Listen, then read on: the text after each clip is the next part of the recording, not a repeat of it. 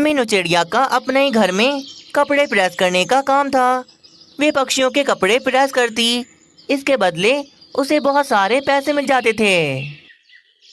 मम्मा, आपने मेरी वजह से घर में ही काम शुरू कर दिया। आप ये कपड़े प्रेस करने का काम कर रही हो ताकि मुझे अकेला छोड़कर आपको बाहर जाकर कोई नौकरी न करनी पड़े। हाँ मानो चिड़े, तुम अभी बहुत छोटे हो, इसी वजह से मैं तुम्हें अकेला छोड़कर बाहर काम करने नहीं जा सकती।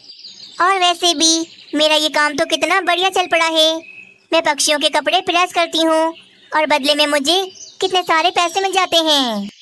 मीनू चिड़िया ने अभी कुछ टाइम पहले ही अपना ये काम शुरू किया था, पर मीनू चिड़िया की मेहनत और लगन की वजह से उसका ये काम भी चल पड़ा था।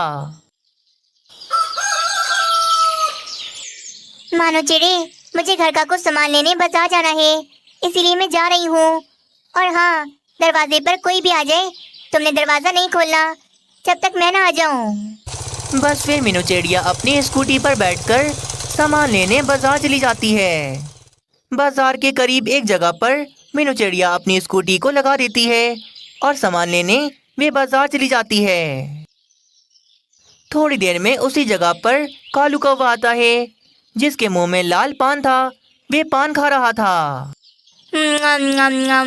कितने मजे का है, खाने में मजा ही आ जाता है ये पान तो।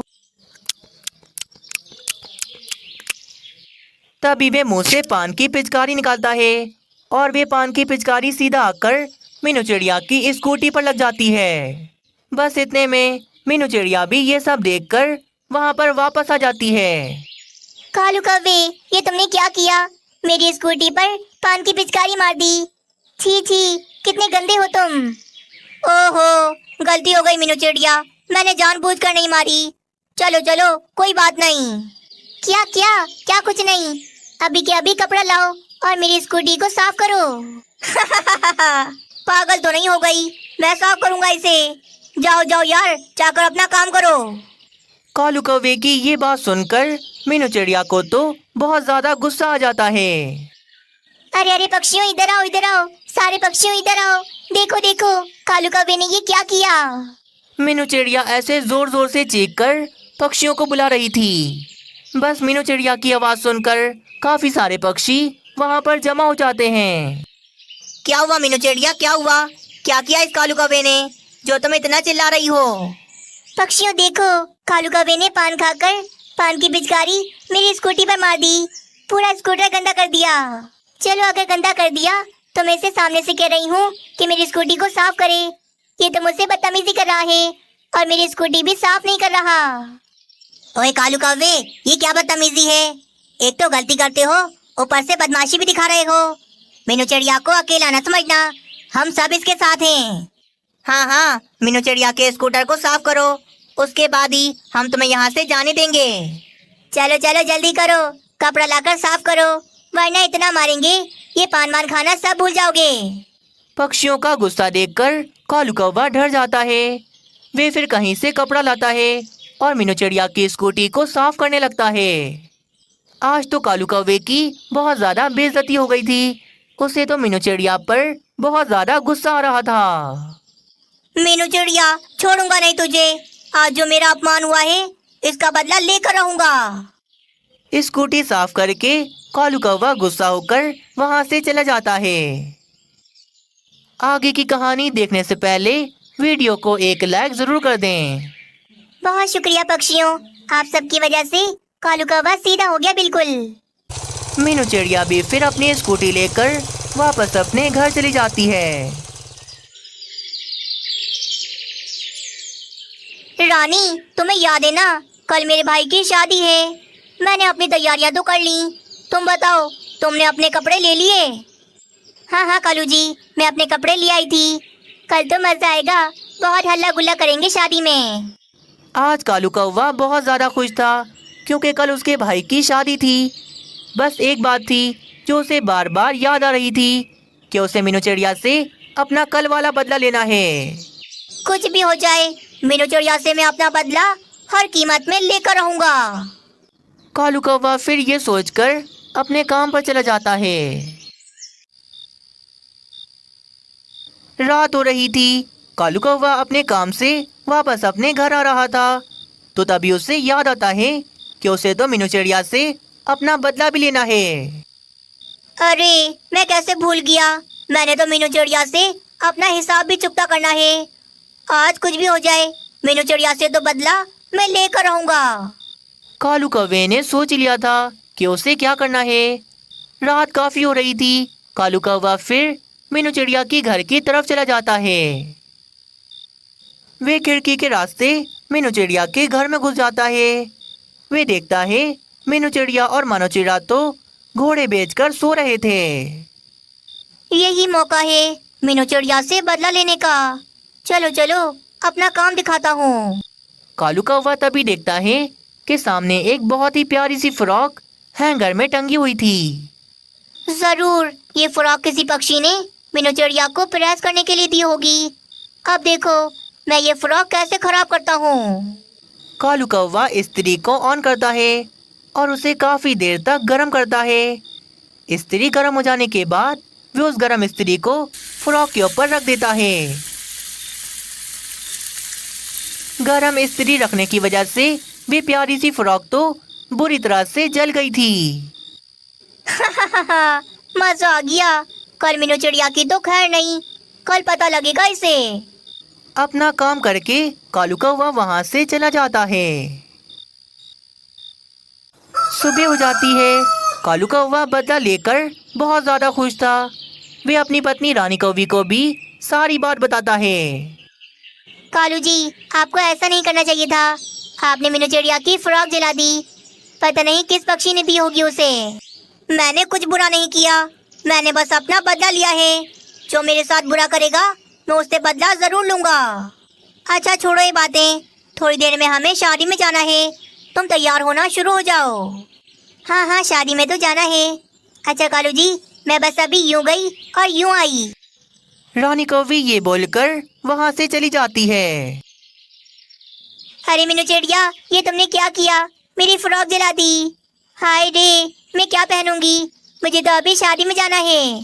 रानी कौवी मैंने तुम्हारी फ्रॉक नहीं जलाई, रात को तो मैंने इसे सही प्रेस करके रखी थी। ना जाने ये कैसे जल गई। रानी कौवी को अब पता चलता है कि ये फ्रॉक और किसी ने नहीं बल्कि कालू कौवे ने जलाई है। कालू जी मैं आपको छोड़ूंगी नहीं, बदले की आग में आपने मेरी फ्रॉक जला दी। रानी कौवी वे जली हुई फ्रॉक उठाती है और गुस्से में अपने घर चली जाती है। कालू जी ये आपने क्या किया, मेरी फ्रॉक जला दी। मीनू चिड़िया से बदला लेना था तो किसी और तरह लेते, मेरी फ्रॉक जलाने की क्या जरूरत थी। किया ये तुम्हारी फ्रॉक थी। हाय रे रानी ये मैंने क्या कर दिया, मैंने तुम्हारी फ्रॉक जला दी। यार रानी कसम से मुझे पता नहीं था कि तुमने अपनी फ्रॉक मीनू चिड़िया को दी हुई है। बस कालू जी मैं अब शादी में नहीं जाऊंगी, आप जाएं अपने भाई की शादी में अकेले ही चले जाएं। कालू कौवे ने तो अपने पैर पर खुद ही कुल्हाड़ा मार लिया था। बदले की आग में उसने अपना खुद का ही नुकसान कर लिया था। मीनू इंस्पेक्टर ने बड़ी मुश्किलों से आखिरकार बाजू चील को पकड़ ही लिया था। बाजू चील तुम जहाँ पर भी भाग जाती, पर कानून के हाथ बहुत लंबे हैं, जहाँ जाती वहीं से पकड़ी जाती। तुमने बहुत से मासूम बच्चों का खून किया है, अब तुम अपना पूरा जीवन इस जेल में गुजारोगी। तुम्हें तो खाने को भोजन भी नहीं मिलेगा, और अगर मिलेगा भी तो सड़ा हुआ भोजन मिलेगा। तुमने मुझे कैद करके बिल्कुल अच्छा नहीं किया। मीनू इंस्पेक्टर याद रखना, जिस दिन मैं यहाँ से आज़ाद होंगी उसी दिन तुम्हारा काम तमाम कर दूंगी मैं। हलवा समझा है क्या? पिछली बार तो तुम बड़ी आसानी से यहाँ से भाग गई थी, परंतु इस बार तो तुम अपना एक कदम भी यहाँ से बाहर नहीं निकाल पाओगी। और कालू इंस्पेक्टर तुम्हारी जिम्मेदारी है इस बात की, तुम्हें इस बाजू चील पर कड़ी से कड़ी नजर रखनी है। चिंता न करें मीनू इंस्पेक्टर, ये कालू इंस्पेक्टर अपना फर्ज अच्छी तरह से निभाएगा। फिर 2 दिन यूं ही गुजर जाते हैं। एक दिन कालू इंस्पेक्टर बाजू चील से आकर कहता है, बाजू चील मैं तुम्हारी मदद करना चाहता हूँ, तुम्हें इस पुलिस स्टेशन से भगा दूंगा, तुम आजाद हो जाओगी। क्या तुम मुझे आजाद करवा दोगे? क्यों पागल बना रहे हो? भला तुम एक पुलिस ऑफिसर होकर मेरी मदद क्यों करोगे? क्योंकि इसमें मेरा भी भला है। बाजू चील तुम मेरी बात गौर से सुनो, मैं तुम्हें सब बताता हूँ।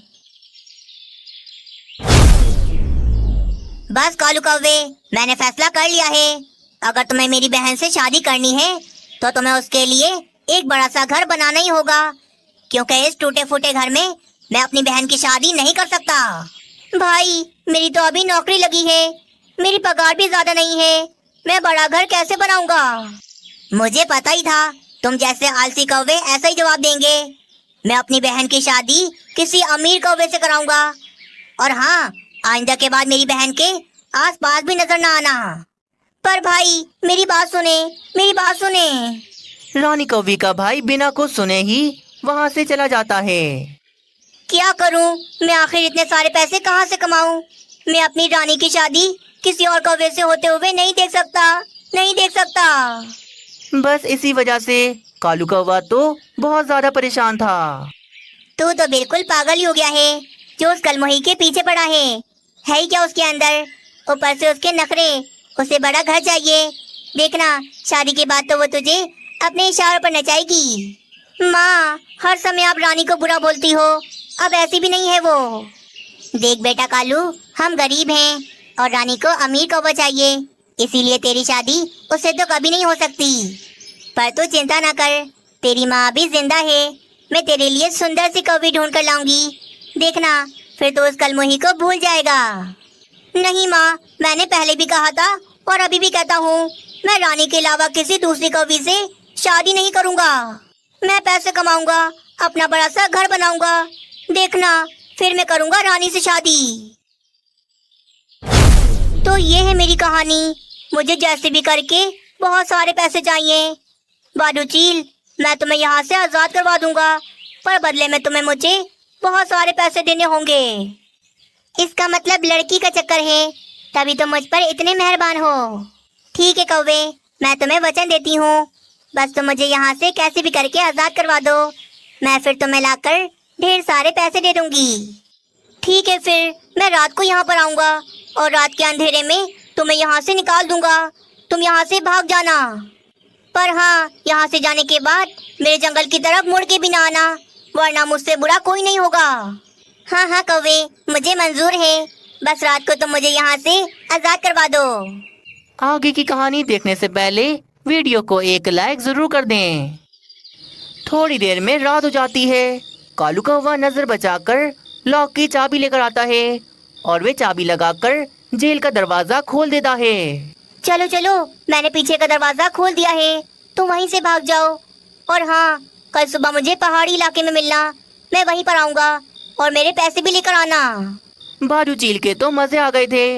वे पुलिस स्टेशन के पीछे के रास्ते भाग जाती है। चलो, मेरा काम तो बन गया। कल सुबह मेरे पास ढेर सारे पैसे आ जाएंगे, उसके बाद रानी भी मुझसे शादी कर लेगी। कालू इंस्पेक्टर को क्या पता था कि बालूचील ने तो कालू इंस्पेक्टर को बेवकूफ बनाया है। अगले दिन सुबह जंगल में बच्चे बैठे आपस में बातें कर रहे थे कि तभी बालूचील आकर उन बच्चों पर हमला कर देती है। अब मैं आजाद हो गई हूँ। अब मैं जंगल के पक्षियों और सब बच्चों को मारकर खा जाऊंगी। देखती हूँ अब मुझे कौन पकड़ता है। आजाद होने के बाद तो वे और ज्यादा खतरनाक हो गई थी। वे सारे बच्चों को एक साथ पकड़कर अपने साथ ले जाती है। थोड़ी देर के बाद मीनू इंस्पेक्टर को भी पता चल जाता है कि बालूचील जेल से भाग गई है और आजाद होने के बाद उसने जंगल के पक्षियों पर हमला कर दिया है। मेरे तो समझ में नहीं आ रहा, बालूचील भागी तो कैसे भागी यहाँ से? यहाँ से भागने का तो कोई सवाल ही पैदा नहीं होता। कालू इंस्पेक्टर, तुम्हारी जिम्मेदारी थी बालूचील पर नजर रखने की, तो मुझे बताओ वो यहाँ से कैसे भागी? मीनू इंस्पेक्टर, मुझे नहीं पता बालूचील यहाँ से कैसे भाग गई। हालांकि रात में तो यहाँ पर पहरा भी बड़ा सख्त था। मुझे ऐसा लगता है पुलिस स्टेशन में कोई है जिसने बालूचील की मदद की, क्योंकि मदद के बिना तो वो यहाँ से भाग नहीं सकती थी। नहीं नहीं मीनू इंस्पेक्टर, हम तो बहुत वफादार हैं। जरूर उस बालूचील के पास कोई डुप्लीकेट चाबी होगी, तभी वो यहाँ से भाग गई। जो भी हुआ कालू इंस्पेक्टर, तुम्हारी वजह से हुआ है, क्योंकि तुम्हारी जिम्मेदारी थी। तुम्हारी वजह से जंगल के मासूम बच्चों पर बालूचील ने हमला किया और उन्हें पकड़कर अपने साथ ले गई। किया, बालूचील ने हमारे जंगल पर हमला किया और वे बच्चों को पकड़कर अपने साथ ले गई। ये बात सुनकर कालू कौवे को बहुत ज्यादा गुस्सा आता है, क्योंकि उसने वादा किया था और उसने अपना वादा तोड़ दिया था। हाय रे, ये मैंने क्या कर दिया? आखिर ऐसा कैसे कर सकता हूँ मैं? इतना स्वार्थी कैसे हो गया मैं? फिर शाम को कालू कौवा अपने घर जा रहा था तो उसे रास्ते में नन्हे पक्षियों का कटा हुआ सर और पर नजर आते हैं। ये सब मेरी वजह से हुआ है। मैंने आखिर कैसे उस जालिम चील पर भरोसा कर लिया?